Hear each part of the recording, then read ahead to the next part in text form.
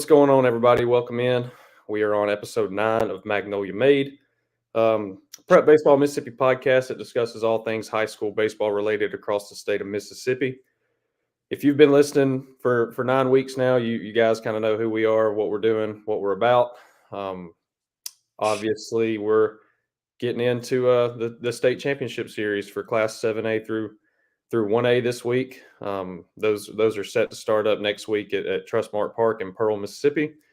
A lot of things to talk about regarding that. Matt's going to make some picks with those previews, or we're going to preview those matchups, and Matt's going to make his picks for the state championship games, and then we'll take a look back at his picks from the Final Four and see where he's at record wise.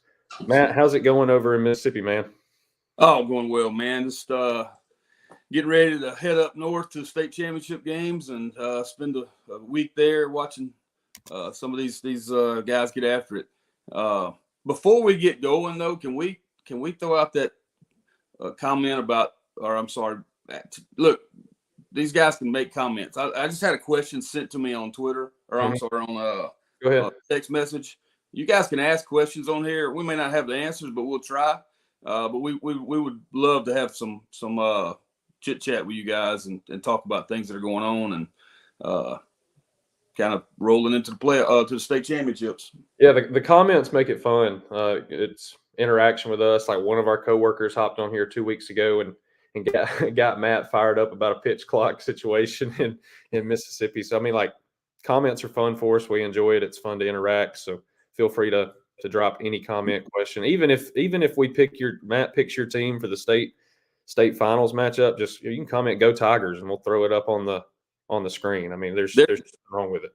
You know that rule you're talking about. There's another rule that I'm a little aggravated about.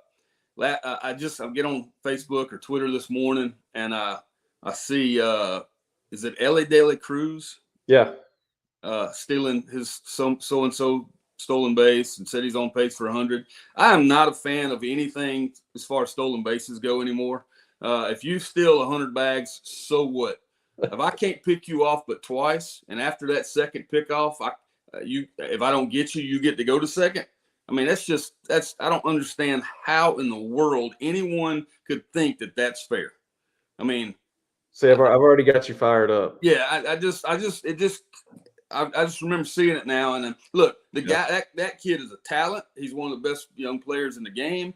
But and I'm the same way with Ronald Acuna. Like Ronald Acuna, I could care less about his stolen bases last year.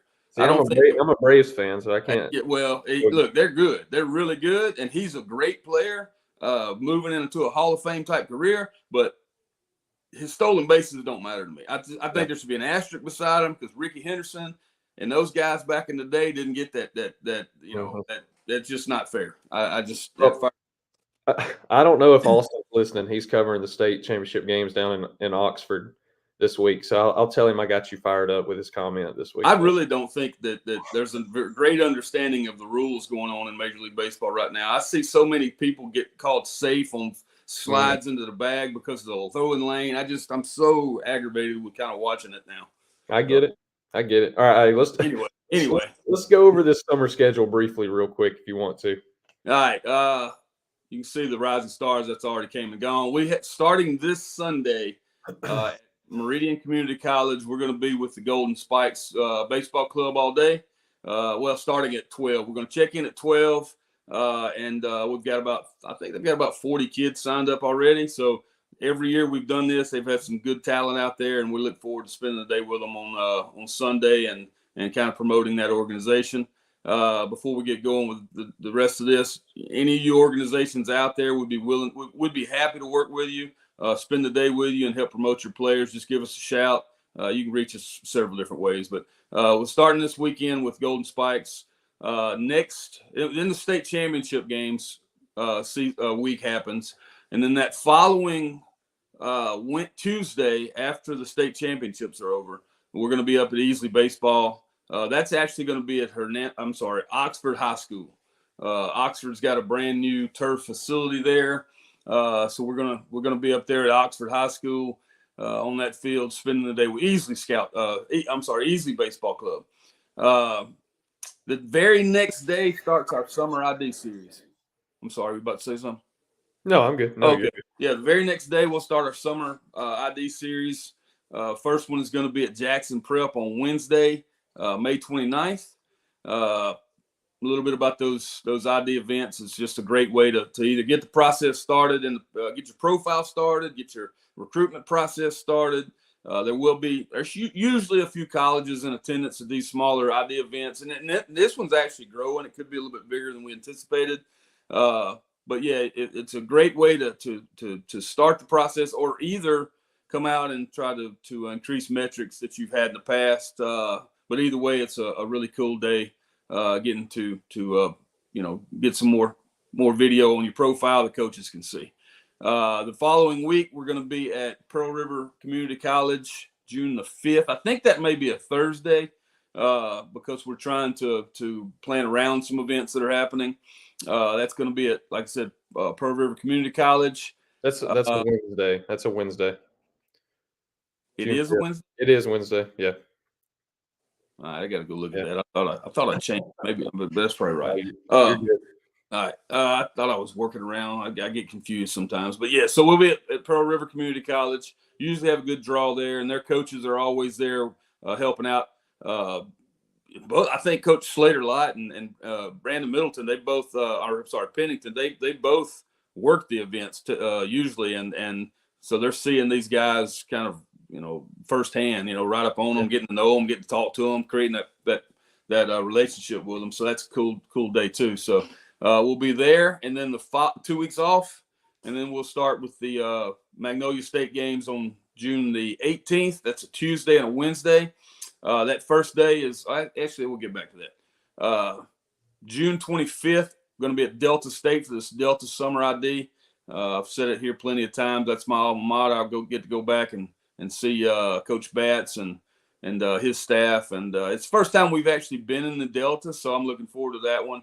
And hopefully we get a good crowd out there of those guys in that area to and have a good time with them. So the following week we're back at Hattiesburg for our Hattiesburg Summer ID at Southern Miss.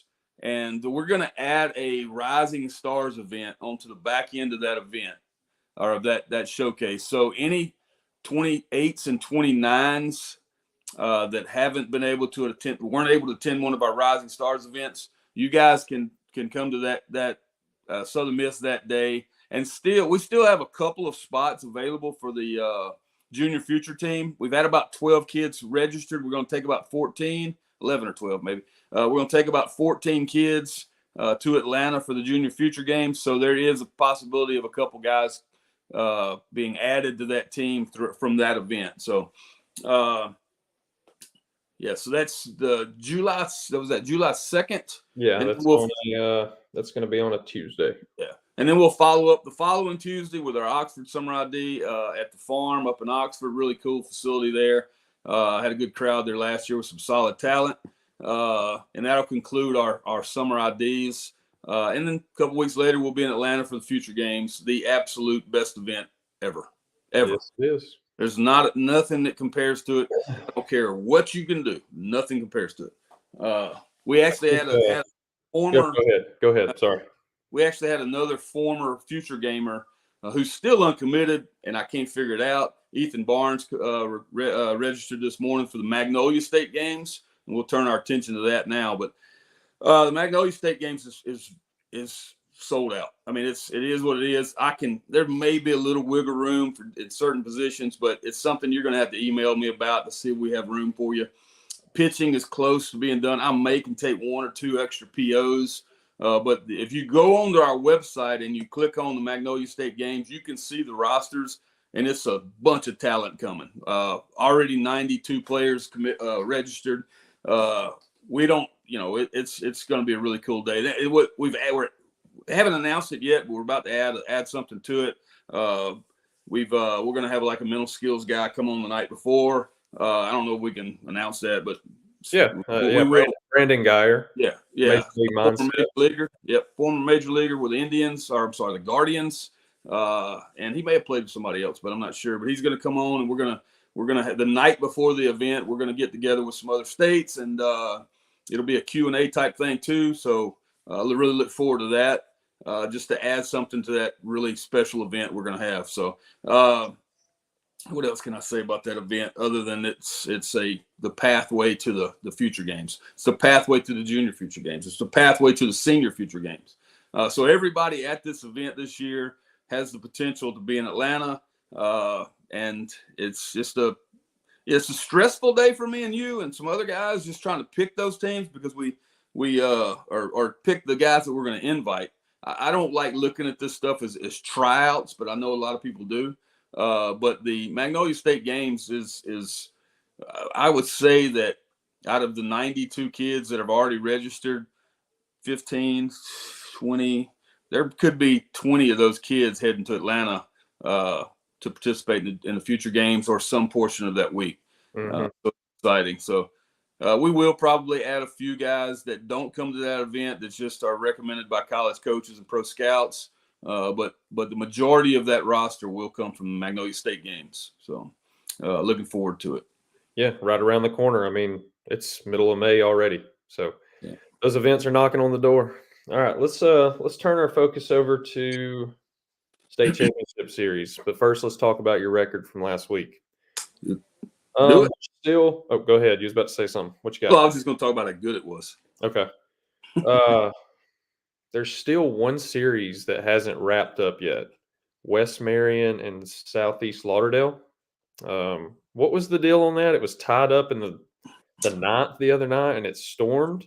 I want to say that was what I thought. I thought there were two different series that happened to, but I think they finished the Resurrection Catholic and Taylorsville game. I'm not sure. Maybe I'm thinking of the wrong teams, but yeah, it was something going on. The weather got pretty bad down here a few nights ago, and they weren't able to finish. So, wasn't it graduation the next day, and they couldn't continue the game? They couldn't do it last night, so I guess they're finishing it today. And it sounds like it might be one of those situations where they have to drive over, and it could end in one pitch. Oh, really? I mean, if it was correct on game sheet. I remember us talking about it 2 nights ago, but I don't remember the exact scenario.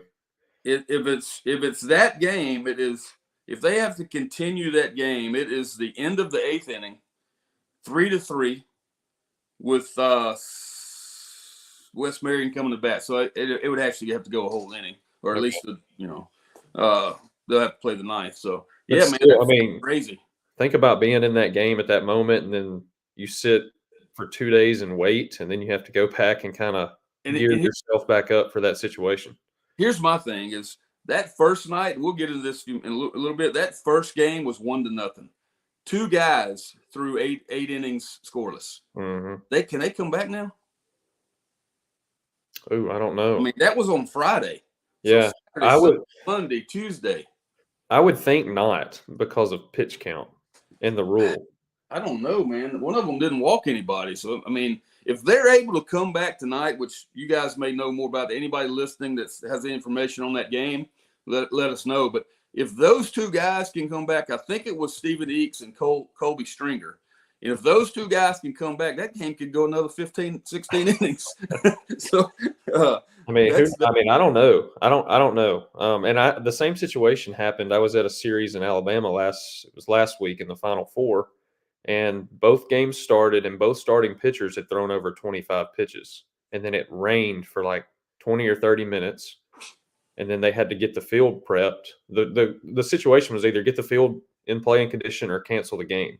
But if you cancel the game, both those starting pitchers who had thrown over 25 pitches couldn't throw the next day. Does that make sense? Yeah. If you throw over 25, you have to have like a full day's rest or whatever. Well, a few years ago, I think it was 2021 maybe, Northwest Rankin. I don't want to lie, but it was Nick Monastir was on the mound, and he threw, who's now at Southern Miss, and he threw 27 pitches. I can't remember, but they ended up getting rained out, and he couldn't come back. And the opposing pitchers didn't have to throw. It started raining early in the game, so he was able to. I think it was Brandon. It might have been 2021 with Braden Montgomery, and they were still allowed to throw Braden. But I think I'm probably wrong, but it's something like that. He wasn't able to go back out. and he was one of the best pitchers in the state, so we wasn't able to use him. But anyway, yeah, that could be interesting over so to finish that series off. Yeah, Good know tonight, so. Yeah, and obviously we won't have that updated on the bracket. We will show the 3A bracket though, as East Webster's steamrolled to the state championship series. But we'll get over to your picks from last week. I'm looking here at my phone. 9-4 last week. The only losses being Biggersville advancing, Clarkdale advancing in 2A, South Jones in 5A, and then you had Northwest Rankin in 7A. So 9-4 on the week, and then that brings your total to 50-15. So that's I don't want to toot my horn, but 50-15 kind of sounds like we know a little bit about what we're doing. That sounds like we have a little bit of a grasp on the state of Mississippi as far as high school baseball. I know we're not always right, but we do try to do as much homework as we can before we make these picks. And it's look, there's hundreds of kids we don't know about. I'm finding out right now that Pine Grove, they slapped me right in my face because I don't know enough about them. I'm, Matt, can we talk about some of the? We'll wait until we have a little more confirmation about what we're trying to do as far as those smaller schools that we're not able to see much. But yeah, Pine Grove's figuring things out. So they've got some guys down there. I guess we can go ahead and touch on those guys, huh? Yeah, let's move over. We'll go into that 1A bracket. And what I'm gonna do real quick, Matt, I'm gonna kind of just lead an intro into them. Hold on, let me throw us in the middle. Check this out. I got us set up right there on the bracket. Look at that. Professional, huh?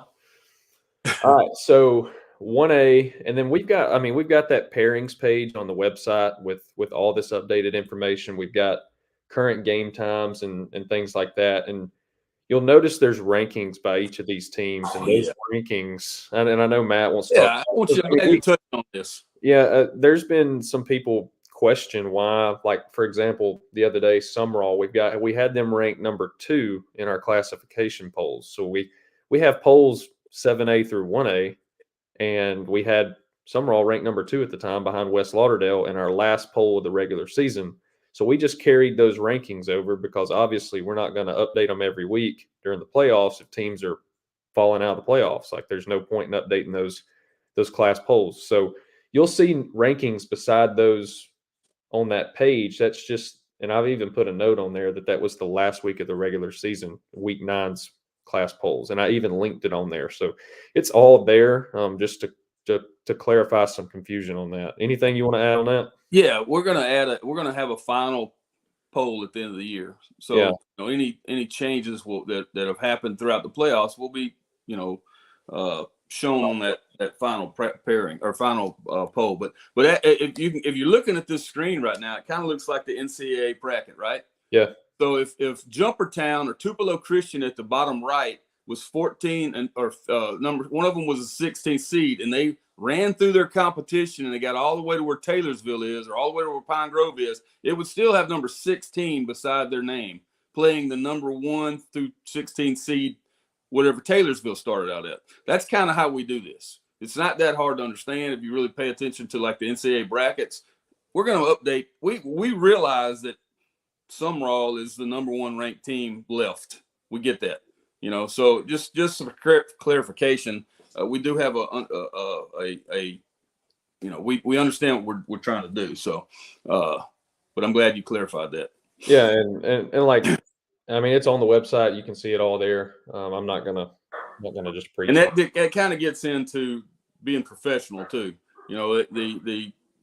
The situation we're talking about could have been a little bit more professional on one person's end. So that kind of got us, the reason we had to talk about this a little bit. But anyway, let's move into the matchup. Yeah, Class 1A matchup facing off next week. We've got the number 5 Pine Grove Panthers who are coming in at 25-8, matching up against our number 8 ranked Taylorsville Tartars who are coming in at 19-11.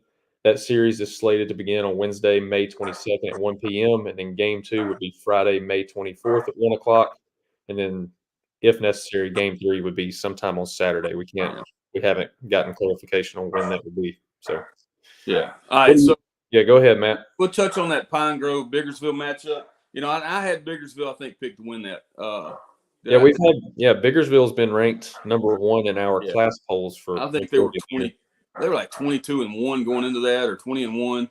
But Pine Grove, like I said, kind of proved me wrong on that pick. Just to touch on a couple of guys from Pine Grove, Peyton Cornelius threw 6 2/3 innings with 9 strikeouts, gave up 3 runs on 3 hits in that game 1 win, and then they had some standouts on offense. Briller, I guess I'm saying it right. Briller Fryer was 5 for 11 with a homer and double, 6 runs and 3 RBIs. Tanner Pinnell, 5 for 10 with 2 RBIs, and then Coy Childs went 4 for 10. So they got some hitting, man. And I stress pitching a lot because that's just my background, and I always feel like a really solid arm can kind of balance out or kind of shut down that good hitting. So this matchup coming up could be pretty good because Taylorsville does have a few arms. Ford Matthews from Taylorsville. Now we're talking about the Taylorsville Resurrection Catholic. And I think I mentioned last week, did I need to say anything else about the Pine Grove? We're going to make this pick. Right. Yeah. So I think I mentioned last week if Taylorsville could shut down or keep Justin San Miguel from hurting them, then they, could possibly win that matchup. I feel like I picked Taylorsville to win this. Was that right? Yeah, you did. Yeah, and it was basically in my head. I think coaches think the same way. I think if we can contain Justin San Miguel, and we got a shot at winning this. And maybe they thought differently, but San Miguel had a decent series. I think he went maybe 3 or 4 hits, but nothing major like we'd seen in the past.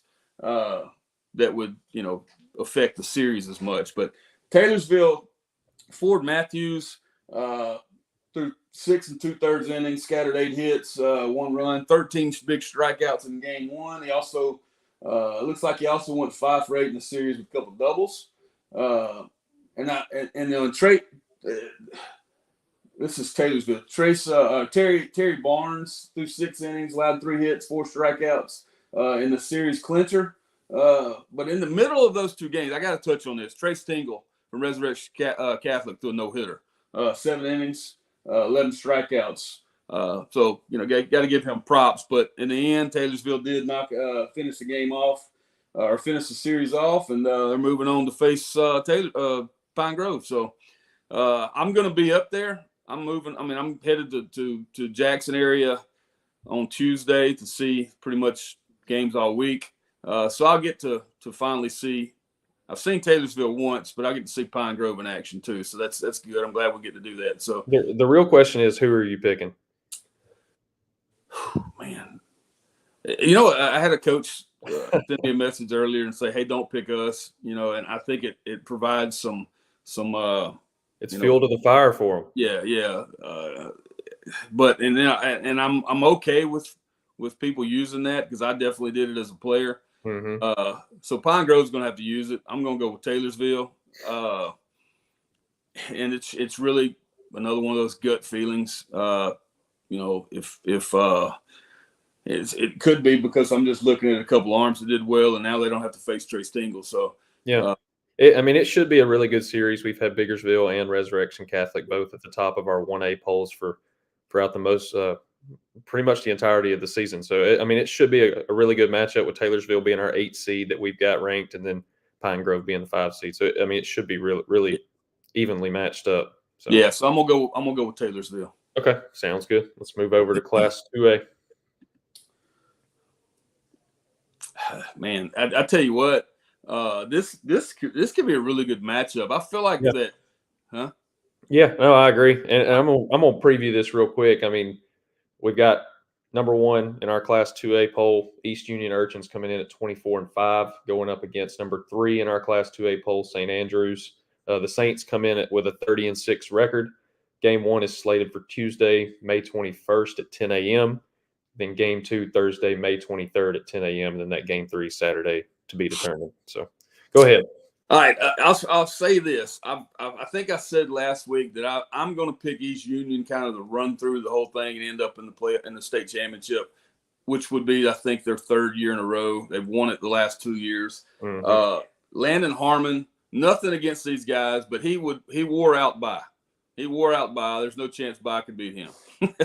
Well, anyway, moved on to Inglemar. Inglemar, Wider Valley, there's nothing against you guys, but that's a big power in the arm that's touching 95 miles an hour. And at 2A baseball, even at 7A baseball, that's a really tough. That's tough to deal with. Landon's headed to Mississippi State, one of the top pitchers in America. Look, I don't think he's ran into a St. Andrews offense yet, or an offense like St. Andrews. St. Andrews got some pretty good talent with a stick, so this could be a pretty good matchup. Like I always say, you know, a really power arm can shut that down. But when you've got multiple guys in the lineup that can do damage, it makes things a little harder. So, you know, I'm not saying look, Justin Word, Walker Van Meter, Roland Fanning. I'm probably missing a few guys. Casey Mike. Stone Myrick. Casey plays dad, played with me. Stone Myrick and some others, man. That lineup's a little. It's not bad. And I think they're 30-6. So they've won 30 games. So Landon, this may be the toughest game of the year for Landon as far as the matchup.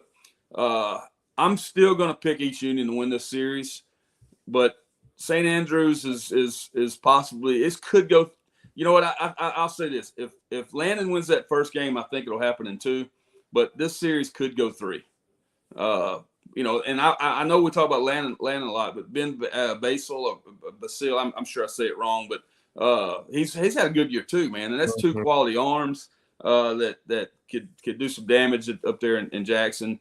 But at the same time, I'm wrong sometimes, and St. Andrews might go up there and jump on them, but this could be a good matchup too. But I'm gonna go with you. Okay, sounds good. That series is set to begin on Tuesday at 10 a.m. Let's go over to Class 3A. Class 3A, obviously, like we said earlier, we're still waiting for that Southeast Lauderdale West Marion game to wrap up. But East Webster has punched their ticket to the Class 3A State Championship Series that is set to begin on Tuesday, May 21st at 1 p.m. with Game 2 slated for Thursday, May 23rd at 1 p.m. and then Game 3 Saturday if necessary. The Wolverines come in with a 28-3 record and they're undefeated in the playoffs so far. So I don't know what you're thinking there, Matt. I don't know with Southeast Lauderdale and West Marion. I know you've mentioned the arms of West Marion being really good with Trace McDonald and Colby Stringer. But either way, I'm still interested to hear your thoughts. Even Southeast Lauderdale pulls it out. Well, look at what Southeast Lauderdale's done, though. Stephen Eakes went toe-to-toe with Colby Stringer for 8 innings. Yep. You know, some people don't enjoy games that are not offensive. I would have absolutely loved that. You know, both. I think they went into the 9th inning 0-0, and then I'd have to go look, but I want to say, yeah, I don't want to lie, but yeah, you know, two guys throwing 8 innings of shutout baseball. That's pretty fun to watch. But so Stephen Eakes had a great game. I guess we don't want to need to preview that matchup too long because we still. Yeah, let's just talk about East Webster. East Webster. I mean, they've kind of run the table through the North in the playoffs right now. Yeah, they have steamrolled. They're banging the ball around the yard. They put up 22 runs last week against a really good Morville team with final scores of 11-1 and 11-5. And undefeated in the playoffs, they knocked off Kossuth, Nettleton, and now Morville in the last 3 weeks, which are 3 really good quality opponents in the north half of 3A. So, yeah, I'm not going to make you. I'm not going to tell you have to make a pick right now. Whenever that other series gets finalized, you can shoot me a text with that. But I'll tell you this, I'll never mind. I can't do that. All right, let me touch on a few guys from East Webster. That looked like they had some good outings or good games. Carson Norwood threw 5 innings, allowed 1 hit, 1 unearned run in 5 innings in that series clincher over Morville. You know, and Morville's got a good offense, man. So that says a lot right there. I mean, they've got some guys. They've got a couple future gamers on that team. They're Mason really good. Gillentine and McMillan. yeah, Mason McMillan. Yep. So he that's pretty good to do right there. Just glad I want to get to that group. Cooper Shook, 4 for 8 with a homer and 4 RBIs and 2 wins. Bryson Johnson went 4 for 5 with a home run, a double, and 5 RBIs. So it looks like they got a little bit of a balance. They got some offense and some pitching. So I'm looking forward to getting up there and seeing these guys with my own eyes rather than just reading about it.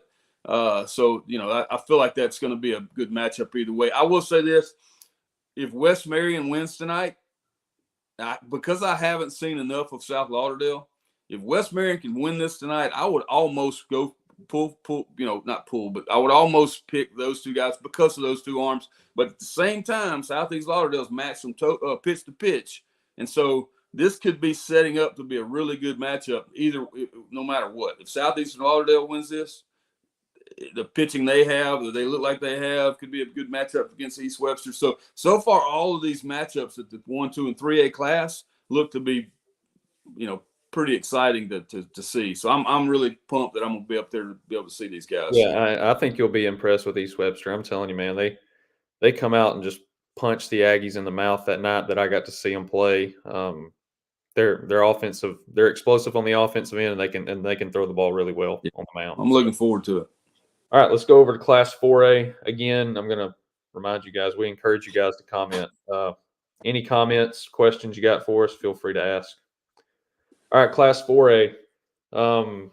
We've got the Ripley Tigers, who we've got ranked or had ranked number 8 in our last poll. They come in at 23-10, matching up against our number 2 ranked 4A class squad, the Summerall Bobcats, coming in at 32-4. Game 1 is set to begin Tuesday, May 21st at 4 p.m., with Game 2 to follow Thursday, May 23rd at 4 p.m., and then, if necessary, Game 3. Yeah. What you got here, man? Yeah, before I make a pick, the Ripley South Pontotoc matchup, you always hear about Ty Long. I mean, everybody, Ty Long, just about every time he pitches, and he can swing the bat too. Southern Miss commit, so he's just an exceptional athlete. And so I look on my notes over here, and I don't see Ty Long, so that says something to me. Now, I know Ty, I think, threw 3 innings in Game 1. I think they 10-runned him in Game 1, so they threw 3 innings, no hits or no runs. So he's not on this list, but he's that guy. That can possibly shut down that Summerall offense. So, but just to mention a couple of guys, they do have another arm, Cooper Davis, who me and you were talking about earlier. He threw 6 innings, allowing 4 hits, 2 runs, 1 earned, and 5 strikeouts in the clincher over South Pontotoc. So there's another arm to go along with Ty Long. So I mean, they have some pitching. But then I was interested in this is Hunter Kuehl, 2 for 5 with a home run, 2 doubles, and 7 RBIs. Tanner Allen, 3 for 7 with 6 RBIs. Jack Reed, 3 for 6 with a home run, double, and 3 RBIs. So it looks like Ripley's got a little bit of an offense, a little bit of a balance as far as pitching and offense, or pitching and hitting. So that could bode well for them because Summerall does have a balanced attack. I just don't know a lot about Ripley, but hey, hats off to the Ripley area. They got 2 teams in the state championships, though. That's pretty cool. So yeah, Pine Grove being that other one in 1A. Yeah, that is cool. Yeah, so should be a lot of fan support from Ripley headed that way. But anyway, moving on, talking about Summerall a little bit. Summerall took that matchup over Purvis, which was down here.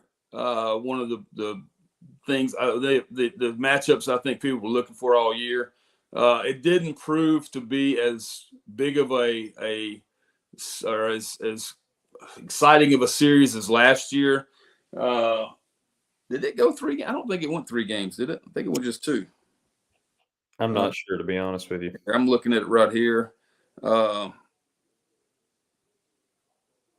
Yeah, it was the 2 games. They won 8-4 and 10-4. So it was, and I think we picked them last week.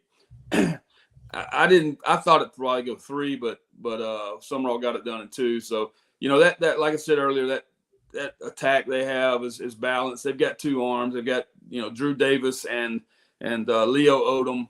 both, and Drew's just a ninth grader, but he pitches and has the stuff of an upperclassman. And then, Odom's got a power arm, headed to Ole Miss. But then they got some help from some other guys too. Jack Miller, who I think is an arm that's moving towards pitching in college. His velo is there's a lot of people that really pay attention to velo, and to be honest with you, 80 to 82, he probably gets a little higher than that. That can get the job done at certain levels in college baseball. There's so much emphasis on velocity, but guys that can pitch are fun to watch. And I've seen Jack well enough. He beat Oak Grove last year. I got to see him start against Oak Grove last year, and he can pitch a little bit, man. So that's a number. That's another arm they got. They got a few more, but then Jack also hit 2 home runs, which I think was unexpected. Because look, he's not a bad. I'm not saying he's a bad hitter, but 2 home runs in one game against Purvis from Jack Miller, who's somebody you probably wouldn't think would do that damage. Did that damage, and so that was big for him. So I mean, they've just got guys that come through that maybe you don't expect. They've got Landon Hawkins, who's another uncommitted 25 that's gonna play at the next level. They got the 2 kids, that we talked about, Odom and Davis, who are gonna play at the college level, and they can hit too. Stephen Mouse, their catcher. I mean, they've just got a really solid lineup. And some pitching to go with it. They got Caden Williamson, a lefty that comes in. It was kind of like Keaton. I'm thinking drawing the name, but they had a lefty last year that was their go-to arm in the later innings. So I mean, they're balanced, and that's going to be a really good matchup. I don't think Sumrall is going to lose the state championship. I think they're going to win it. I'm going to pick Sumrall over Ripley, but it could be another interesting matchup. Yeah, like you said, you never know with Ty Long on the mound, and I assume game 1, unless they switch something up and throw him in game 2. But Keaton Malden was the name I was trying to remember. His dad is a trainer at Oak Grove, so he works on my son quite a bit. But he was a really solid lefty they had last year, and Caden Williams kind of like him. So Caden will be at our Magnolia State games too, so look forward to seeing him. Another lefty headed to college baseball probably. So, but yeah, I think Sumrall is gonna win that series. All right, give me a second here. I got to move us around. Oh, wrong one. That scared some people. What am I got going here? That new format's throwing me off. There it goes. All right, moving over to the Class 5A bracket. We couldn't be in the middle of that one. Moving over to Class 5A, we've got number 2, the Lafayette Commodores. They come in with a 26-7 record. They're facing off against our number 3 ranked team in Class 5A, the Van Cleve Bulldogs, coming in at 27-7. Game 1 is scheduled to begin Wednesday, May 22nd at 7 p.m., and then Game 2 following up on Friday, May 24th at 7, and then that Game 3, if needed, on Saturday. Yeah, I'm kind of looking at the things here on their Twitter. Yeah, I haven't seen Lafayette, but they've been really consistent all year.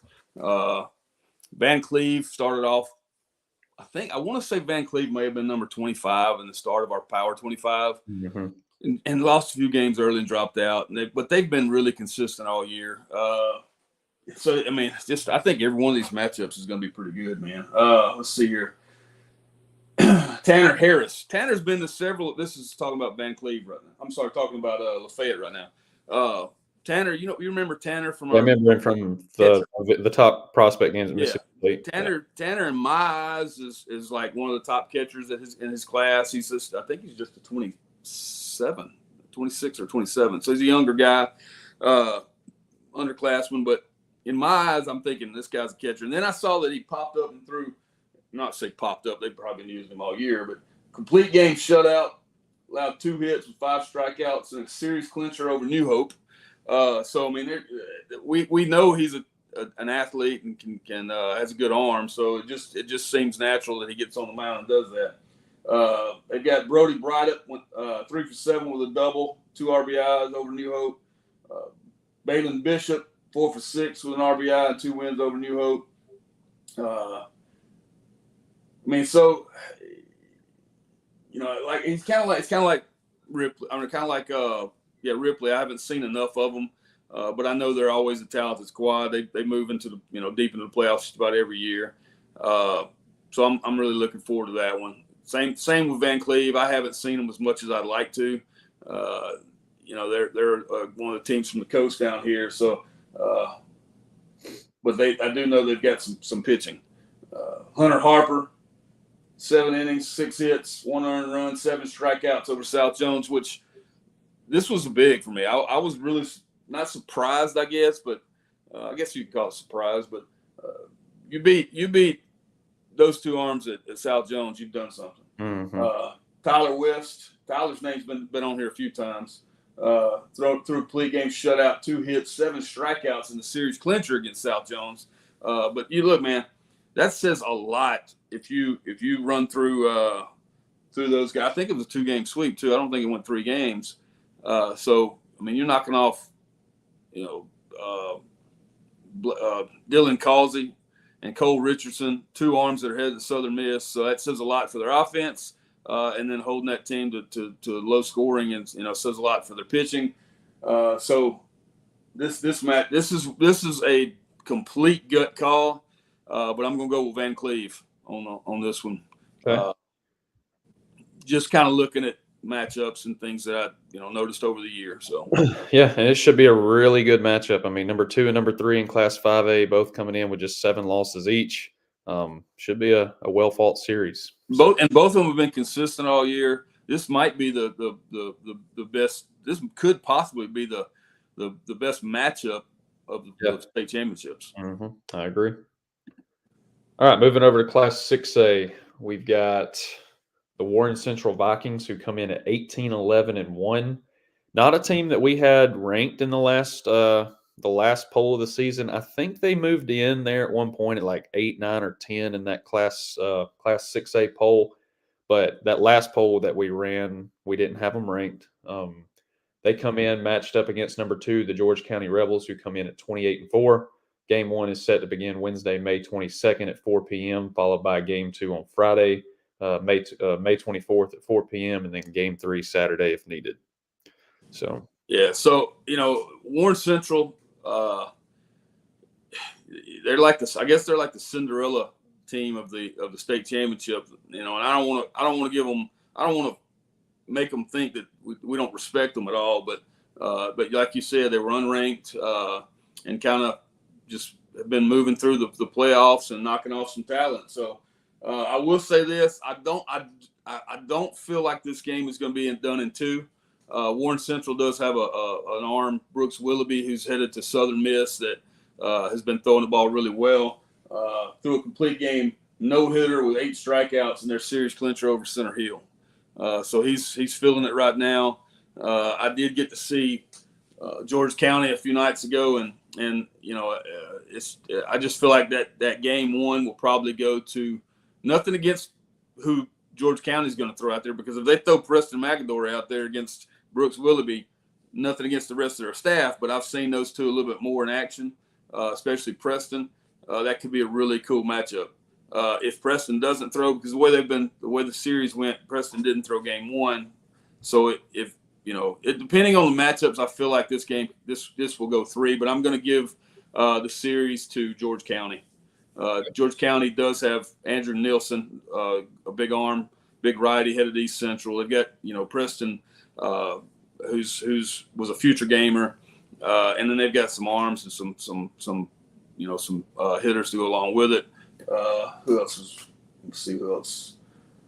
That game, that game ended. So I will give a shout out to Jacob Johnson from Pearl River Central in that matchup against George County. It's the first time I got to see him. I think he had been kind of dealing with some arm issues, and so he was on like a 60 pitch count, but he threw really well. He's committed going to Pearl River. He's up to 91. So getting by. Other than that game, the it looks like the offense for George County got going. But yeah, I'm going to pick George County to take this one. And George County, man, they've been consistent all year, 28-4 coming into this series. They moved into our Power 25 fairly early in the season. We didn't have them in there that first initial week, but I think by week 3 or 4, they were Yeah. finding their way up and got up in between like 15 and 18 there at one point. So kudos to them. And yeah, that should be a really good series. So, Yep. all right, let's move over to our last one in Class 7A. Class 7A, we've got the number 3 ranked Hernando Tigers coming in at 26-6, matching up with the number 10 ranked Brandon Bulldogs at 23-12. Game 1 is set to begin Tuesday, May 21st at 7 p.m., followed by Game 2 on Thursday, May 23rd at 7 p.m., and then that Game 3, if needed, would be scheduled sometime Saturday. Well, I feel like I should. Brandon has come on pretty strong, man. They were unranked at one time. Yep. I want to say they might have finished in the Power 25 at the very tail end of it because they started playing well late. But they were like below 500 after like 10 games, I think. And so you kind of were wondering about them. But and I know coach at Carr at Hernando's waiting on this pick, and I'm not going to tell him yet. Make him hang on for a second. I ran into Coach Daniel Best last night at the Ole Miss Southern Miss game, and I chit chatted with him a few minutes, and I've known him for quite a while, but my son competes against Brandon now, so we got to talk in a few minutes, and I told him that it was almost like they got a trade deadline acquisition from Jay McQueen on the mound. He's been with them all year as an outfielder. He's committed to Southern Miss, but he threw against Oak Grove, and I kind of was wondering, where's this been all year? I mean, this is a pretty good arm right here. And then he threw a few nights ago in relief. Same situation, came in and kind of shut the door. That's a lefty arm up to 90. So it makes things a little bit more interesting for that series. And then Hernando, they've got some sticks, and they've got Thomas Mitchell and a few other arms. Let me see. Before I get going further about that, their series with Oxford, who, by the way, shout out to Oxford having a great season. Shout out to everybody that had great that finished this week. They all had great seasons, but I know they were toying with me a little bit on that TikTok, which by the way, I love. I think it's cool. See, Thomas Mitchell threw 6 innings, 3 hits, 1 earned run, one unearned run with 13 strikeouts in Game 1. Luke Romine, 7 innings of shutout baseball, scattered 5 hits, 7 strikeouts in Game 2. Preston Johnson came in and got the win in the series clincher. It went 10 innings. So they got some pitching too. I will say this: Brandon has Walker Hooks, and to me, Walker Hooks is one of the, if not the most dependable starter in the state of Mississippi. He's going to give you innings every time out. He's going to put the ball in play. He's going to strike some guys out, but he doesn't walk a lot of people. So he's makes your infield or your defense they stay ready. I actually think this is going to go 3. I really do. I think it's going to go 3. I think Walker pitches really good in Game 1 or 2, whichever game he throws. It makes things really interesting for Saturday, in my opinion. Let's see here. Who else I want to talk about real quick? Who are you taking? I'm not telling you. I don't know why, but you've been talking about Hernando. I feel like the whole team's just sitting in a classroom listening to the podcast. Right? I don't know. They may not be. I do like to touch on Luke Romine. I might have said something about him last week, but I always knew Luke had a good arm. I mean, him and my son Maddox played together with in the summers, and before Luke got hurt, he was a lefty throwing the mid 80s, and he looks like he's come on as a really big 2-way deal now. And I'm not sure what the plan is for him at Ole Miss, but I know the kid can swing the stick. He is a legitimate power threat. He's kind of like I say he's like Justin San Miguel at Resurrection Catholic. You want to keep him from hurting you, but problem is Hernando's got other guys. Yeah, They've got some more talent. Topher Jones, another Mississippi State commit, who I think I heard was up to 93, 94 the other day on the mound. So, it's there's some Hallis Lawson. I mean, the former future gamer. I know there's some guys I'm not calling out, but there's some talent up there in Hernando, and I'm gonna pick Hernando, man. I'm gonna pick Hernando to win this in 3. Brandon's has a really scrappy team, talented team, but I just think that Hernando is just pretty powerful this year, and gonna take that one. we need to see Brandon needs to show their TikTok power now. Yeah. Yeah. Use it however you want it, because I really want to go see. I'm not a fan of 2 and out. I don't like 2-game series. I like the 3rd game, and I'm gonna be in Jackson anyway. So I'd love to be at the ballpark watching Game 3. So I use this as fuel, and I'm sure there's a lot of people don't agree with us on these picks, and if my son or if I follow one of these teams more than I do, then I probably feel the same way. But yeah, man, it's going to be a really exciting week. Yeah, you're heading down Monday or Tuesday? I think Tuesday. I think we start Tuesday games. I think 10 a.m. I think Landon Harmon's going to toe the rubber for East Union. Better wake up. You get a 95-mile-an-hour heater. That's early. That's too early too early to see 95. Gosh, no. 7 o'clock's too early for 95 in high school.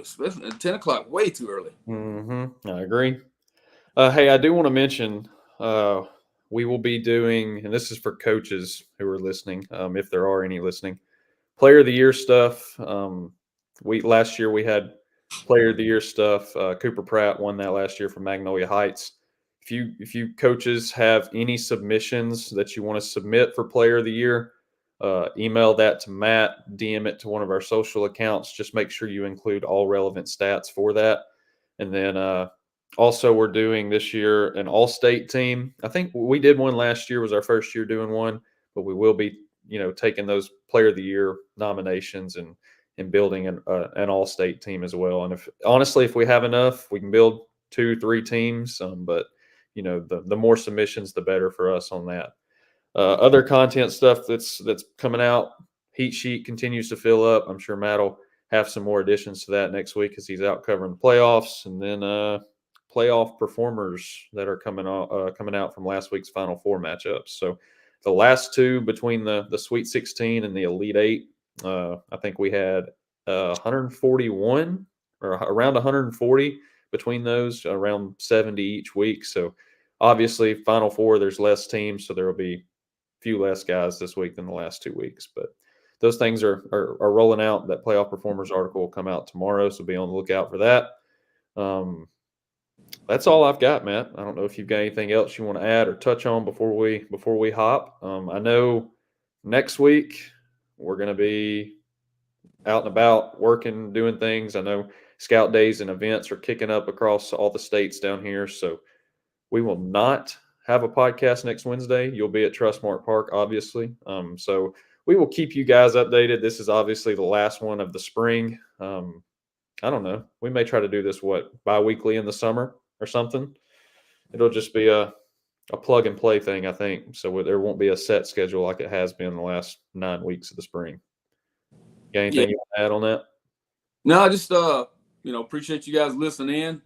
Come up with some questions if you want to ask us for next time we get on here, and we like to correspond with you guys. So busy summer about to get started, finishing up with these high school state championships, and then rolling right into some of our events, and hope to see you guys there.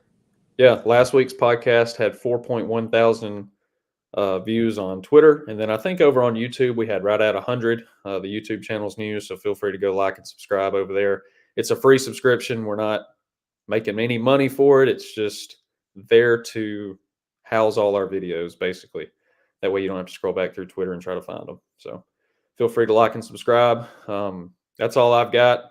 Matt, I think seems like you're good. So we appreciate you guys for tuning in with us the last half of the spring. We look forward to continuing the podcast throughout the summer, throughout the fall, and then obviously next spring as well. So thank you guys for listening in, and we'll see you next time. See you guys.